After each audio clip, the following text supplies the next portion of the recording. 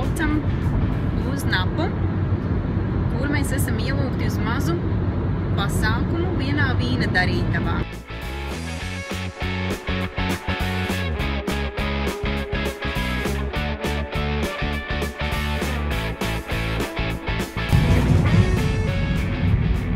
Tagad šķērsosim Golden Gate tiltu. Un tad pēc kādām 10 minūtēm mēs nonāksim daudz saulainākā vietā nekā San Francisco.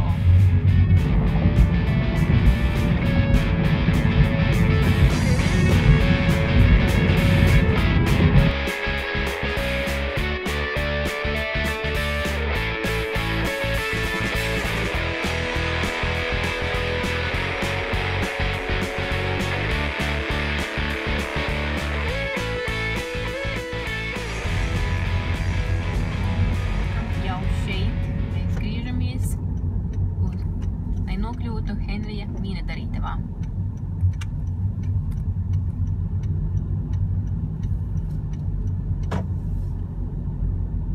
Your destination is on the right.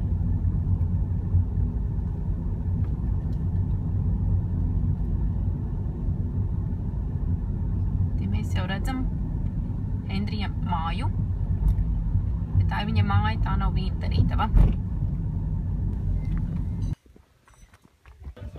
Tikko kā ieradāmies vīna darītavā, piereģistrējāmies, dabujām kartiņas ar vārdiem, un šis gaišais vīns, ko mēs garšojam uz doto momentu, saucas Lieveņa vīns, kur ir sajauktas divu veidu vīnogas, Chardonnay un Pinot Gris, un, vārdsakot, šis ir viņu jaunais vīna izlaidums, kuru mēs uz doto momentu garšojam pirmo reizi un kā pirmie cilvēki, kam ir iespēja šo nogaršot. Kas var būt labāks par stāvēt starp vinoglājiem un dzert vīnu? Smuki. Vēl nav gatavi.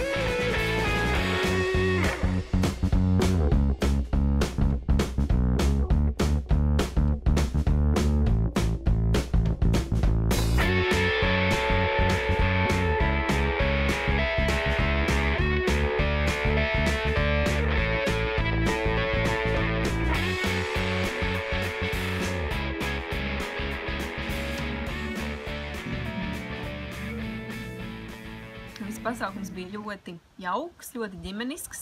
Bija tikai kādi 100 cilvēki ieradušies. Un, kā saka, tā nelielā kompānijā kopā ar vīna darītavas īpašniekiem mēs nobaudījām pusdienas. Un viss bija ļoti mājīgi, ļoti daudz dažādi vīni un ļoti labs ēdiens, kas bija ļoti liels pārsteigums. Tagad dodamies apakaļ uz mašīnu, lai mērotu 2 stundu garo ceļu mājup.